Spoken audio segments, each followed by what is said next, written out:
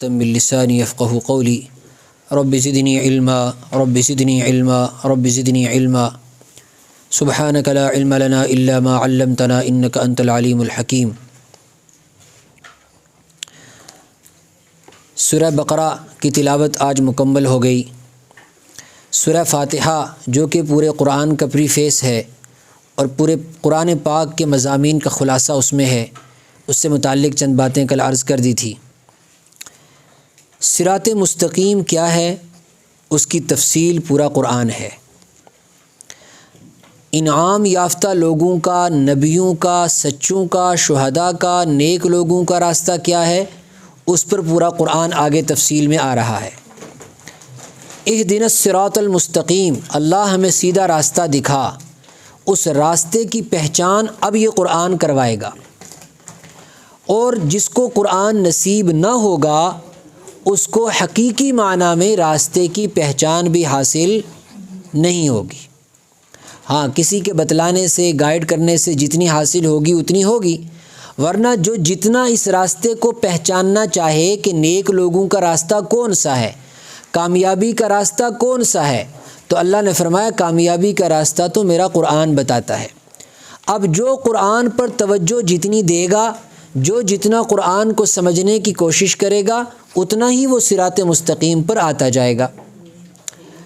ایک بڑا المیہ، ایک بڑی ٹریجڈی ہماری پچھلی صدی میں یہ ہوئی کہ ہماری پوری کی پوری نسل، مرد ہوں یا عورتیں، بچے ہوں یا بچیاں، پوری کی پوری نسل کو قرآن سے محروم کر دیا گیا۔ اور یہ اچانک نہیں ہوا، اس پر باضابطہ باطل نے کام کیا، اس کے مقابل میں ایسی چیزوں کو لایا گیا جس کی طرف توجہ کرا کر امت سے اس قرآن کو رخصت کر دیا گیا۔ ورنہ ایک وقت تھا عام مسلمانوں کے بچے قرآن پاک کا ترجمہ، اس کی تفسیر، اس کے بنیادی علوم، اس کی موٹی موٹی باتیں سب جانتے تھے، اور آج ایسی حالت ہے کہ گھر میں بیٹا مسلمان ہے لیکن توحید کا اس کو پتہ نہیں ہے، کلمے کا معنی اسے نہیں آتا ہے۔ قرآن کے مقابلے میں کس کو لایا گیا؟ اور قرآن نے پہلے ہی بتا دیا تھا کہ میرے مقابلے میں کن چیزوں کو لایا جائے گا۔ قرآن نے پہلے ہی اشارہ کر دیا، بلکہ اشارہ نہیں، صاف صاف بتا دیا۔ وَمِنَ النَّاسِ مَن يَشْتَرِي لَهْوَ الْحَدِيثِ لِيُضِلَّ عَن سَبِيلِ اللَّهِ۔ ہاں، کچھ لوگ آئیں گے، وہ میرے قرآن کے مقابلے میں ایسی چیزوں کو فروغ دیں گے، لہو الحدیث، بیکار کی باتوں کو، لہو الحدیث، بیکار کی باتوں کو۔ اور مقصد کیا ہوگا؟ لیضل عن سبیل اللہ، اللہ کے راستے سے، اللہ کے اس قرآن سے لوگوں کو دور کرنا۔ اور وہ کہیں گے لا تسمعوا لہذا القرآن، قرآن نہیں سننا، والغوا فیہ، اور بیکار کے شور شرابے کی باتیں عام کرو، گانے بجانے کو عام کرو، بے حیائی کی چیزوں کو عام کرو، دنیا کی اور میٹیریلسٹک ورلڈ کی ایسی توجہ اور ایسی محبت انسانوں کے دلوں میں ڈال دو کہ لوگوں کو قرآن کی کوئی اہمیت ہی نہ رہے۔ اور پھر ایکسکیوز کیا سامنے آیا؟ وہ جی یہ ہماری زبان نہیں تو ہمیں سمجھ نہیں آتا۔ ہاں، یہ کوئی ایکسکیوز ہے کسی بھی چیز کو نہ سمجھنے کے لیے؟ ہاں، فزکس کون سی ہماری مادری زبان میں اتری؟ کیمسٹری کیا ہماری مادری زبان میں آئی؟ بایو کیا ہماری مادری زبان میں آئی؟ ہسٹری کیا ہماری مادری زبان میں آئی؟ جغرافی کیا ہماری مادری زبان میں آئی؟ ان میں سے کچھ بھی جو ہم اپنے بچوں کو آج دے رہے ہیں، ان میں سے کچھ بھی ایسا نہیں ہے جو ہماری مدر ٹنگ کے اندر آیا ہو۔ یہ سب کا سب فارن لینگویجز کے اندر ہے، اور آج بھی انسان اپنے معاش کی تلاش کے لیے 50 زبانیں سیکھنے کے لیے تیار ہے۔ اب دلی میں جاؤ، ہزاروں طریقے کے ٹرانسلیٹر آپ کو ملیں گے، کوئی جو ہے فرینچ سیکھ رہا ہے، کوئی اسپینش سیکھ رہا ہے، کوئی انگلش سیکھ رہا ہے، کوئی عربک سیکھ رہا ہے۔ کیوں سیکھ رہے ہو؟ باہر سے لوگ آتے ہیں اور ڈاکٹرز کے پاس ان کو اپوائنٹمنٹ لینی پڑتی ہے، اور ان کے درمیان ہم ٹرانسلیٹر کا کام کرتے ہو، اچھا خاصا پیسہ کماتے۔ تو پیسہ کمانے کے لیے زبانوں کو سیکھا جا سکتا ہے، دنیاوی علوم اور فنون کو حاصل کرنے کے لیے زبانوں کو سیکھا جا سکتا ہے، تو کیا اللہ کے پیغام کو حاصل کرنے کے لیے اللہ کی کتاب کی زبان کو نہیں سیکھا جا سکتا؟ ضرور سیکھا جا سکتا ہے، لیکن امت کو دور کیا گیا۔ اللہ نے فرمایا پہلی آیت جو اس کتاب کی شروع ہوتی ہے الف لام میم، الف لام میم، کسی کو کچھ نہیں پتا کہ الف کا مطلب کیا ہے، لام کا مطلب کیا ہے، کہ میم کا مطلب کیا ہے۔ حالانکہ قرآن کون سا شروع ہو رہا ہے؟ ہدایت والی کتاب جو انسانوں کو گائیڈ کرے گی، انسانوں کی رہنمائی کرے گی۔ ایسا کیوں؟ عرب کے لوگوں کو بڑا ناز تھا اپنی زبان پر، اور وہ کہتے قرآن جیسی تو 10 کتابیں ہم بنا دیں، قرآن جیسے 10 طریقے کے مضمون ہم لکھ دیں۔ بڑے بڑے ادیب اور بڑے بڑے جو ہے لٹریری لوگ اس زمانے کے اندر رہتے تھے، اور وہ اپنے آپ کو عرب کہتے تھے، ساری دنیا کو عجم کہتے تھے۔ عجم کا مطلب گونگے، کہ دنیا میں کسی کو بولنا نہیں آتا، اگر کسی کو بولنا آتا ہے تو صرف عربیوں کو آتا ہے۔ اپنے گھوڑوں کے 70 نسلوں کے نام انہیں اشعار میں زبانی یاد ہوتے تھے، اپنی اونٹوں کے 70 نسلوں کے نام انہیں اپنی جو ہے اشعار میں یاد ہوتے تھے۔ جب اونٹوں کی تعریف کرنے لگتے تھے، گھوڑوں کی تعریف کرنے لگتے تھے، اپنی معشوقاؤں کی تعریف کرنے لگتے تھے، تو لاکھوں اربوں خربوں کی تعداد میں برجستہ ایسے اشعار کہتے تھے کہ انسان دنگ رہ جاتا تھا۔ آج بھی جو عربک لٹریچر کے اندر اس زمانے کے جو لٹریچر ملتا ہے، انسان حیران رہ جاتا ہے۔ اللہ کے رسول صلی اللہ علیہ وسلم کے آنے سے پہلے ایسے بڑے بڑے ادیب رہتے تھے۔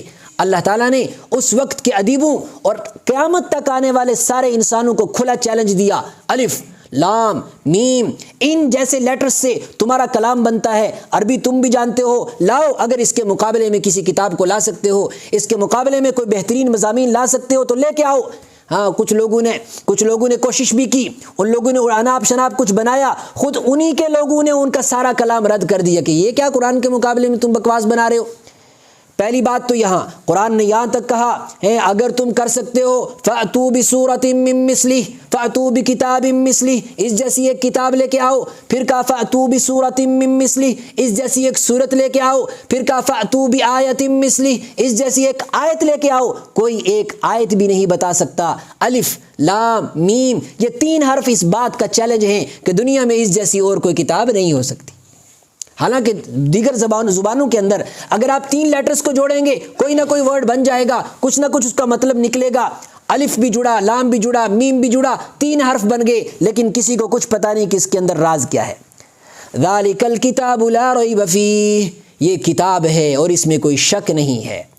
سوال یہ ہے کہ بہت ساری دنیا تو شک کرتی ہے، بہت ساری دنیا تو نہیں مانتی ہے، تو اس کا کیا جواب ہے؟ تو جواب یہ ہے کہ اس کتاب کو جب کوئی پڑھے گا، اس کتاب کو جب کوئی ہدایت حاصل کرنے کی نیت سے پڑھے گا تو اس میں کوئی شک اور کوئی شبہ کی گنجائش اس کے سامنے نہیں رہے گی۔ ہاں، تنقید کے لیے پڑھے گا تو اسی آیت سے وہ گمراہ بھی ہوگا اور اسی آیت سے انسان ہدایت بھی پائیں گے۔ ہدی للمتقین، یہ ہدایت ہے ان لوگوں کے لیے جو سیدھے راستے پر آنا چاہتے، ورنہ یہ کتاب تو عیسائیوں کے لیے سامنے بھی ہے اور عیسائی اس کو پڑھتے بھی ہیں، یہودی اس کو پڑھتے بھی ہیں، لیکن ہدایت حاصل کرنے کے لیے نہیں پڑھتے، بلکہ صرف اس لیے پڑھتے ہیں کہ قرآن پر اعتراض کیسے کیا جائے۔ ہمارے ایک مسلمان نے بھی اس کو پڑھا اور اس نے آیتیں نکالی، فلانی آیت فلانی آیت فلانی آیت، اور اس نے کیس کر دیا کہ یہ آیت قرآن سے نکال دو۔ حالانکہ قرآن اس نے بھی پڑھا ہوگا، لیکن اس نے اس نیت سے پڑھا کہ قرآن کو پڑھوں اور دیکھوں کہ قرآن میں کمزوری کدھر ہے، قرآن پر اعتراض کہاں کیا جا سکتا ہے اور اسلام کو نقصان کیسے پہنچایا جا سکتا ہے۔ تو کیا نتیجہ نکلا؟ ہدی للمتقین، اس نے بھی تو کتاب پڑھی، لیکن یہ کتاب رہنمائی کرتی ہے صرف ان لوگوں کو جو سیدھے راستے پر آنا چاہتے ہیں، جو سیدھے راستے پر نہیں آنا چاہتے ان کی کوئی رہنمائی نہیں۔ اس کے بعد میں نے کل عرض کیا تھا کہ اس سورت کے آغاز میں 3 طرح کے لوگوں کا تذکرہ کیا گیا، اور یہی 3 قسمیں لوگوں کی دنیا کی تاریخ میں ہمیشہ پائی جاتی رہی ہیں، آج بھی موجود ہیں اور قیامت تک بھی پائی جاتی رہیں گی۔ 3 طرح کے لوگ دنیا میں رہتے ہیں، اور وہی 3 طرح کے لوگ اللہ جنہیں ایڈریس کرتا ہے، اللہ اور یہ کتاب جن کو مخاطب کرتی ہے۔ 3 طرح کے کون لوگ ہیں؟ پہلے وہ جنہیں اللہ نے ایمان نصیب کیا، دوسرے وہ جنہوں نے بالکل انکار کر دیا کہ ہم مانیں گے ہی نہیں، سمجھ آئے تب بھی نہیں مانیں گے، نہ سمجھ آئے تب بھی نہیں مانیں گے، اور تیسری وہ جماعت جن کو بات تو سمجھ آ گئی لیکن انہوں نے اس بات کو اپنے دل میں نہیں اتارا، ظاہر سے تھوڑی دیر کے لیے مانتے رہے لیکن عملی طور پر پریکٹیکل دنیا کے اندر آ کر دین کو اپنی زندگیوں کے اندر نہیں لایا، اور وہ منافقوں کی جماعت ہے جو ظاہر اپنے آپ کو ایمان والا کرتی ہے، اپنے نام مسلمانوں جیسے رکھتی ہے، لیکن اپنے کام کافروں جیسے کرتی ہے، اپنے کافروں کی تہذیب پر چلتی ہے، کافروں کے نقش قدم پر چلتی ہے، ایمان پر چلنے میں انہیں شرم محسوس ہوتی ہے اور اعمال پر کھڑے ہونے میں انہیں شرم محسوس ہوتی ہے۔ وہ دنیا کے فائدوں کی خاطر صرف اپنا نام مسلمان رکھتے ہیں، لیکن اللہ کے رسول صلی اللہ علیہ وسلم کی سنت اور آپ کی لائی ہوئی کتاب کی ہدایت کو اپنی زندگی میں اتارنا نہیں چاہتے۔ پہلی قسم مومنوں، ان کی اللہ نے 5 صفات بیان کی، صرف 4 آیتوں کے اندر پوری بات ختم۔ دوسری قسم کافروں کا تذکرہ، صرف 1 یا 2 آیتوں کے اندر پورا مضمون ختم، اور اس کے بعد تقریباً 13 آیتوں کے اندر اور منافقوں کا تذکرہ کیا۔ 13 آیتوں کے اندر کہ ان کی صفات کیا ہیں. اللہ کے سامنے اگر کھڑے ہونا ہے تو ان صفات سے اپنے آپ کو دور رکھنا ہے, منافقوں کی لسٹ سے اپنے آپ کو باہر کرنا ہے. پہلے ایمان والوں کی کیا صفت؟ الذین یؤمنون بالغیب, یہ پہلی صفت ہے. کیا مطلب ہے؟ غیب پر ایمان رکھتے. یہ تو ہم نے ترجمہ سنا نا, غیب پر ایمان رکھتے. اس کا مطلب کیا ہے؟ اس کا مطلب یہ ہے کہ ایمان والا جب اللہ کے کسی وعدے کے بارے میں سنتا ہے, اللہ کے رسول صلی اللہ علیہ وسلم کی کوئی حدیث اس تک پہنچتی ہے, کوئی طریقہ اس تک پہنچتا ہے, حالانکہ اللہ کو نہیں دیکھا, اللہ کے رسول کو نہیں دیکھا, جنت کو نہیں دیکھا, قبر کو نہیں دیکھا, لیکن اس کا اتنا پختہ یقین ہوتا ہے جیسے کہ اس نے دیکھ لیا ہو. اتنا پختہ اسے یقین ہوتا ہے. آخرت کی وہ ایسے تیاری کرتا ہے جیسے جنت کو دیکھتا ہو, جہنم کو اپنی آنکھوں کے سامنے دیکھتا ہو. اللہ کو عبادت ایسے کرتا ہے جیسے اللہ کو دیکھ رہا ہو یا اللہ اسے دیکھ رہا ہو. اس طریقے سے وہ ایمان رکھتا ہے آخرت پر اور اللہ کی کتاب پر. یہ ہے ایمان بالغیب, کہ ابھی کچھ دیکھا نہیں لیکن اس کے باوجود آخرت پر اتنا پختہ یقین ہے کہ ہر وقت آخرت کے بارے میں فکر مند رہتا ہے. اللہ پر ایسا ایمان ہے, اللہ کو دیکھا نہیں لیکن اللہ کی ایک ایک بات کو سچا سمجھتا ہے, اللہ کے ایک ایک وعدے پر یقین رکھتا ہے. وَيُقِيمُونَ الصَّلَاةَ, اس یقین کا کیسے پتہ چلتا ہے کہ ہاں یہ واقعی مومن ہے, اس کو ایمان بالغیب ہے؟ اس یقین کا کیسے پتہ چلتا ہے؟ فرمایا یقیمون الصلاۃ, نماز کے قائم کرنے سے پتہ چلتا ہے. جو بے نمازی ہے اس کا مطلب اللہ کے وعدوں پر اسے یقین نہیں ہے. اور یقیمون الصلاۃ ومما رزقناہم ينفقون, اور دنیا کی جو محبت ہے, مال کی محبت ہے, وہ اسے نمازوں سے دور نہیں کرتی, اللہ سے دور نہیں کرتی. اصل میں انسان کے اوپر دو طریقے کی عبادتیں ہیں. ایک جو ہے انسان کی جانی عبادت, اس میں انسان کا وقت بھی لگتا ہے, انسان کی جو ہے طاقت بھی لگتی ہے جیسے نماز ہے.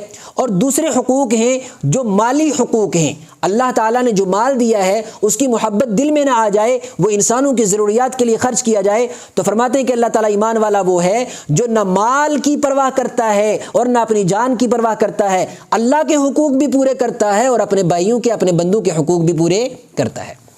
والذین یؤمنون بما انزل الیک, اور سب سے بڑی بات یہ ہے اس کتاب پر ایمان رکھتا ہے. کیا مطلب ایمان رکھنے کا؟ ایمان کامل تبھی ہوگا جب اس کتاب کو زندگی میں لایا جائے گا. وبالآخرۃ هم یوقنون, اور آخرت کا ایسا یقین ہے, ہر چیز اپنی آخرت کے لیے کرتا ہے, اپنے رب کو راضی کرنے کے لیے کرتا ہے. اولئک علی ھدی من ربہم, یہ وہ لوگ ہیں جو اپنے رب کی طرف سے ہدایت پر ہیں, جن کو آخرت پر یقین ہے, جو آخرت کی تیاری کرتے ہیں, جو قرآن پر ایمان رکھتے ہیں, قرآن کو زندگیوں میں اتارتے ہیں. اللہ انہیں ہی ہدایت یافتہ کہتا ہے. وَأُولَٰئِكَ هُمُ الْمُفْلِحُونَ, اور بس یہی لوگ کامیاب ہیں, اس کے علاوہ دنیا میں اور کوئی کامیاب انسان نہیں ہے. یہ اللہ نے کامیابی کا مدار بتا دیا. دوسری بات, دوسری ٹیم, ان الذین کفروا, وہ لوگ جنہوں نے انکار کر دیا کہ ہم مانیں گے نہیں. فرمایا چھوڑ دو ان کو. سواء علیہم انذرتہم ام لم تنذرہم لا یؤمنون, انہوں نے تو قسم کھا لی ہے کہ ہم نہیں مانیں گے, بس ان تک بات پہنچ گئی ہے, ہر ایک کو پتہ چل گیا کہ خدا ہے, اس کی کتاب ہے, دین ہے, اللہ کے رسول صلی اللہ علیہ وسلم نے اپنا پیغام سب کو پہنچا دیا. ہاں اب بار بار ان کو یاد تو دلایا جائے گا لیکن ان کے ساتھ کوئی زبردستی اور زیادتی نہیں کی جائے گی. ختم اللہ علی قلوبہم وعلی سمعہم, اللہ نے ان کے دلوں پر مہر لگا دی ہے. وعلی ابصارہم غشاوہ, ان کی آنکھوں پر ڈھکن پڑ چکا ہے. ولہم عذاب عظیم, ان کے لیے دردناک عذاب ہے. یہ لوگ اب بات کو مانیں گے نہیں. تیسری جماعت, اللہ تعالی ہم سب کی اس سے حفاظت فرمائے. سب سے خطرناک جماعت, اللہ تعالیٰ نے ان کی 13 صفتوں کو بیان کیا. بہت ساری بیماریاں ہیں ان میں. کیا؟ وَمِنَ النَّاسِ مَن يَقُولُ آمَنَّا بِاللَّهِ, کچھ لوگ ہیں جو کہتے ہیں کہ ہم مومن ہیں, اللہ پر ایمان رکھتے ہیں, آخرت کو بھی مانتے ہیں, لیکن اللہ گواہی دیتا ہے وَمَا هُم بِمُؤْمِنِينَ, یہ پورے مومن نہیں ہیں. ہاں عبداللہ ابن ابی منافق اور اس کی جماعت تھی یہ, انہوں نے اپنے آپ کو پہلی صف میں لایا, اللہ کے رسول صلی اللہ علیہ وسلم کے ساتھ کھڑے رہتے تھے, بڑے بڑے نعرے لگاتے تھے, بڑی بڑی باتیں کرتے تھے, لیکن ایمان ان کے دل میں نہیں اترا, اللہ کے رسول کے طریقے کو پسند نہیں کرتے تھے. ہاں نفاق دو طریقے کا ہوتا ہے, ایک عقیدے کا نفاق کہ ظاہر سے عقیدے کو مانا لیکن اندر سے مانا ہی نہیں, اور ایک نفاق ہوتا ہے عمل کا نفاق کہ ٹھیک ہے آخرت پہ تو ایمان رکھتا ہے لیکن دل نہیں چاہتا اللہ کے نبی کی سنت پر عمل کرنے کا, اس کے لیے انسان اپنے ذہن کو تیار نہیں کرتا, یہ بھی ایک نفاق ہے. تو فرمایا یہ کون لوگ ہیں جو اپنے آپ کو مومن تو کہتے ہیں لیکن آخرت کی اور اللہ کے احکام کی انہیں کوئی پرواہ نہیں ہوتی. تو کہتے ہیں یخادعون اللہ, یہ سمجھتے ہیں کہ اللہ کو دھوکہ دے رہے ہیں. ہے، نام کے ساتھ محمد، نام کے ساتھ احمد، اور کام جو ہیں کافروں والے، تہذیبیں دوسروں کی، یخادعون اللہ، یہ اللہ کو دھوکہ دیتے ہیں، والذین آمنوا، ایمان والوں کو دھوکہ دیتے ہیں، وما یخدعون الا انفسهم وما یشعرون، اللہ نے کہا تم کبھی مومنوں کو اور اپنے خدا کو دھوکہ نہیں دے سکو گے، تمہیں تو پتہ ہی نہیں کہ تم اپنے آپ کو دھوکہ دے رہے ہو، وما یخدعون الا انفسهم وما یشعرون، تمہیں تو اتنا شعور ہی نہیں ہے کہ تمہارا فائدہ کس چیز میں ہے اور تمہارا نقصان کس چیز میں ہے۔ فی قلوبہم مرض، ان کے دلوں میں بیماریاں ہیں، کیسی بیماریاں؟ حسد کی بیماری، کینے کی بیماری، بغض کی بیماری، نفرتوں کی بیماری، فزادہم اللہ مرضا، اللہ ان کی بیماریوں کو اور بڑھاتا رہتا ہے۔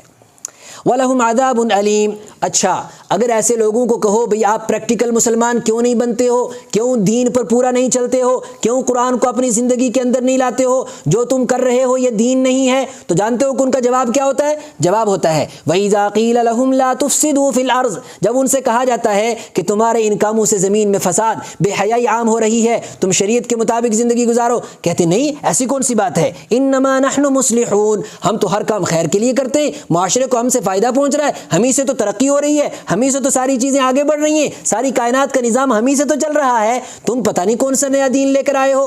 اللہ نے جواب دیا الا سنو انہم ہم المفسدون، دنیا کے اندر فساد کی جڑ یہی لوگ ہیں، دنیا کے اندر فساد کی جڑ یہی لوگ ہیں، ولکن لا یشعرون، لیکن انہیں احساس اس بات کا نہیں ہے۔ اصل میں بات کیا ہے؟ پریکٹیکل اپنے آپ کو کیوں نہیں بنانا چاہتے؟ اللہ کہتے ہیں اپنے آپ کو ہوشیار سمجھتے ہیں، اپنے آپ کو ہوشیار سمجھتے ہیں کہ ادھر دنیا کا بھی فائدہ حاصل کرو، آخرت میں بھی کام بن جائے گا، مومن بن کر جائیں گے، نام کے ساتھ محمد اور احمد ہوگا، 2-4 نمازیں بھی ساتھ ہوں گی، 2-4 رمضان کے روزے بھی ساتھ ہوں گے، ہمارا وہاں بھی کام بن جائے گا، نہ دنیا کا فائدہ ہاتھ سے چھوٹے گا نہ آخرت کا فائدہ ہاتھ سے چھوٹے گا۔ وَإِذَا قِيلَ لَهُمْ آمِنُوا كَمَا آمَنَ النَّاسُ، جب ان سے کہا جاتا ہے یہ ایسے مسلمان بنو جیسے مسلمان ہوتے ہیں، ایسے مومن بنو جیسے مومن ہونے چاہیے، قالوا تو کہتے ہیں انؤمن کما آمن السفہاء، کیا ہم بیوقوف مسلمانوں جیسے مسلمان بن جائیں جنہیں دنیا میں جینا نہیں آتا، جنہیں دنیا میں رہنے کا سلیقہ نہیں ہے، بس آخرت آخرت آخرت آخرت، نماز ہی نماز، حلال ہی حلال، اور کسی چیز کی پرواہ نہیں، یہ بیوقوف لوگ ہیں، انہیں دنیا میں جینا نہیں آتا۔ اللہ نے فرمایا الا سنو انہم ہم السفہاء، بیوقوف تو تم ہو کہ تمہیں پتہ ہی نہیں کہ تمہاری آخرت کا کتنا نقصان ہو چکا ہے۔ وَلَكِنْ لَا يَعْلَمُونَ وَإِذَا لَقُوا الَّذِينَ آمَنُوا، جب ایمان والوں سے ملتے ہیں تو قالوا کہتے ہیں آمنا، ہم بھی مسلمان ہیں، وَإِذَا خَلَوْا إِلَى شَيَاطِينِهِمْ، اور جب شیطانوں کے پاس واپس جاتے ہیں، شیطان کس کو کہہ رہا ہے اللہ؟ کافروں کو۔ شیطان کس کو کہہ رہا ہے؟ غلط مجلسوں کو، جن کی وجہ سے وہ پریکٹیکل مسلمان نہیں بنتے، وہ جنات شیاطین بھی ہوتے ہیں اور انسان شیاطین بھی ہوتے ہیں۔ کہتے ہیں جب ان کے ساتھ، ان کی مجلسوں میں ان کے ساتھ گپ شپ ہوتی ہے، قالوا تو کہتے ہیں انا معکم، ہم تو تمہارے ہی ساتھ ہیں، ہم کون سے مولوی بن گئے، ہم کون سے پریکٹیکل مسلمان ہیں۔ اب مسلمان کی بھی 2 کیٹیگری ہو گئی ہیں، ایک پریکٹیکل مسلمان اور ایک ایسے ہی سرسری نام کا مسلمان، بلکہ اپنے آپ کو کہتے ہیں کہ ٹھیک ہے میں مسلمان ہوں لیکن میں پریکٹیکل مسلمان نہیں ہوں۔ بھائی مسلمان پریکٹیکلی مسلمان ہوتا ہے، مسلمان بغیر پریکٹیکل کے مسلمان ہو ہی نہیں سکتا ہے۔ اللہ نے فرمایا جب یہ شیطانوں کے پاس جاتے ہیں، ان کو جا کر کہتے ہیں ہم مسلمان تو ہیں لیکن ہم پریکٹیکل مسلمان نہیں ہیں۔ انما نحن مستہزئون، پھر بھائی نماز کیوں پڑھتے ہو، پھر کبھی کبھی مسجدوں میں کیوں جاتے ہو، تو کہتے ہیں یار بس یہ ایسے ہی چلتا ہے ساتھ، انما نحن مستہزئون، ہم تو بس مذاق میں چلے جاتے ہیں۔ اللہ یستہزئ بہم، اللہ کہتے ہیں اللہ بھی تمہارا مذاق اڑاتا ہے، ویمدہم فی طغیانہم یعمہون، اور تمہاری سرکشی میں اللہ نے تمہیں ڈیل رکھی ہے، ایک دن آئے گا جب ایمان کو اللہ پرکھے گا، موت سے پہلے ایمان پرکھا جائے گا، کھرے اور کھوٹے کو الگ کیا جائے گا، کھرا اور کھوٹا مکس ہو کر وہاں نہیں پہنچ سکتا۔ اللہ اکبر۔ اولئک الذین اشتروا الضلالۃ بالہدی، کیا ان کو ہدایت نہیں ملی، کیا ان کو قرآن نہیں ملا، کیا ان کے سامنے نبی کا دین نہیں آیا؟ اللہ کہتے ہیں انہوں نے دین آیا ان کے پاس لیکن انہوں نے ہدایت بیچی، گمراہی خریدی۔ اولئک الذین اشتروا الضلالۃ بالہدی، اور یہ بزنس میں لگ گئے، دین کو بزنس بنا لیا ہے، دین کو پولیٹکس کے اندر داخل کر دیا، دین کو سیاست کے ساتھ جوڑ دیا، جوڑنے کا مطلب دین کے اندر سیاست کرنی شروع کر دی کہ دین کو بھی سیاسی مسئلہ بنا دیا، دین کو بزنس کا مسئلہ بنا دیا۔ اللہ نے فرمایا جنہوں نے دین کو اپنا بزنس بنایا فما ربحت تجارتہم، ان کا بزنس کوئی کارآمد بزنس نہیں ہے، ان کو اس بزنس سے نقصان کے سوا کچھ حاصل نہیں ہوگا۔ وما كانوا مہتدین، اور یہ دین انہیں ہدایت پر پھر نہیں لے کے آئے گا جنہوں نے دین کے ساتھ بزنس والا معاملہ کیا۔ فرمایا یہ کیا؟ فرمایا تھوڑی سی روشنی جب ان کو ملتی ہے مثلهم كمثل الذي استوقد نارا فلما اضاءت ما حوله ذهب الله بنورهم وتركهم في ظلمات لا يبصرون. ان کے ارد گرد ایمان کی وجہ سے تھوڑی سی روشنی ہوتی ہے، لیکن اچانک موت کے وقت اللہ ان کی روشنی کو ختم کر دیتا ہے اور یہ اندھے بن جاتے ہیں. سم بکم عمی، اندھے بن جاتے ہیں، بہرے بن جاتے ہیں. فہم لا یرجعون، واپس دین کی طرف پھر کبھی نہیں آتے ہیں. مختلف مثالوں سے اللہ تعالیٰ نے سمجھایا اور اس کے بعد کہا کس رب کو تم نے دھوکہ دیا؟ کبھی اس رب کی پہچان بھی حاصل ہوئی؟ یا ایھا الناس، اے لوگو، اعبدوا ربکم، اپنے رب کی عبادت کرو، الذی خلقکم، جس نے تم کو پیدا کیا، والذین من قبلکم، تم سے پہلے لوگوں کو بھی پیدا کیا، الذی جعل لکم الارض فراشا، جس نے زمین کو بستر بنایا، آسمان کو ایک چھت بنایا، آسمان سے تمہارے لیے پانی برسایا اور پھر زمین سے غلے اور پھل اگائے. فلا تجعلوا للہ اندادا، اب اللہ کے علاوہ کسی کو اپنا خدا اور اپنا اللہ کے علاوہ کسی کو اپنا مددگار اور اللہ کے علاوہ کسی کو ہدایت دینے والا نہ سمجھو. مضمون آگے چلتا ہے اور اس کے بعد پھر ایک بڑا مشہور واقعہ جو آپ نے سنا ہے، حضرت آدم کے جنت سے نکلنے کا مشہور واقعہ ہے، اس کو ہم نہیں ذکر کریں گے، لیکن اللہ نے بالکل ابتدا صورت کے اندر اس واقعے کو کیوں بیان کیا، اس کا جواب ہم لیتے جائیں گے. مشہور واقعہ ہے کہ آدم علیہ السلام نے جنت میں وہ پھل کھایا، شیطان نے وسوسہ ڈالا اور پھل کھانے کے بعد ان کے کپڑے جو ہے بدن سے اتر گئے اور ان کو جنت سے نکال کر دنیا میں بھیج دیا گیا.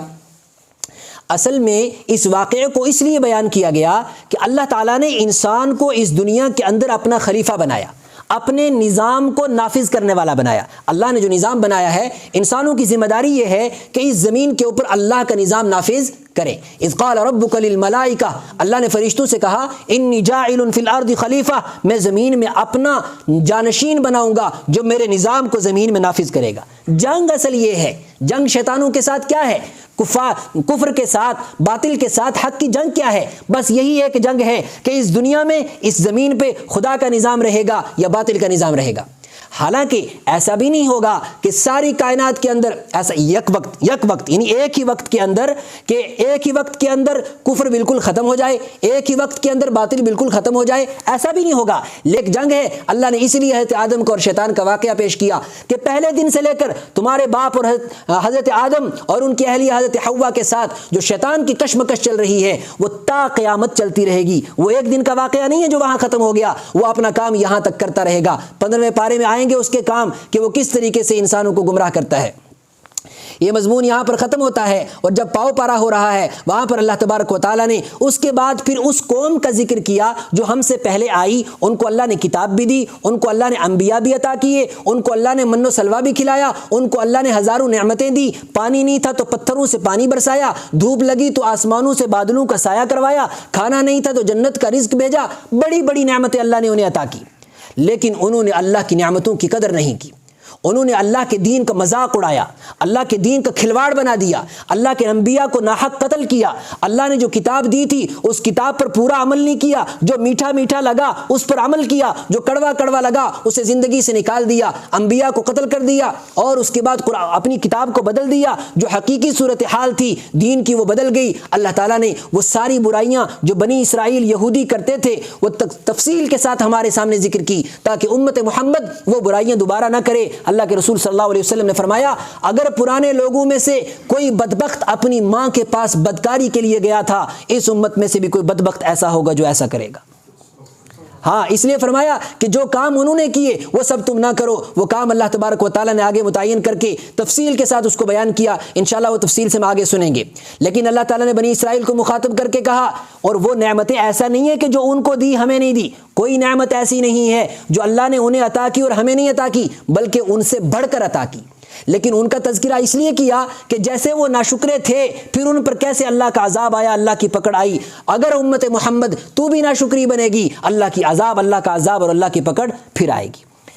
انشاءاللہ ان کی کیا خصلتیں تھیں، ان کی کیا عادتیں تھیں، انشاءاللہ اس پر ہم کل پھر تفصیل سے بات کریں گے. جزاکم اللہ خیرا، وآخر دعوانا الحمدللہ رب العالمین.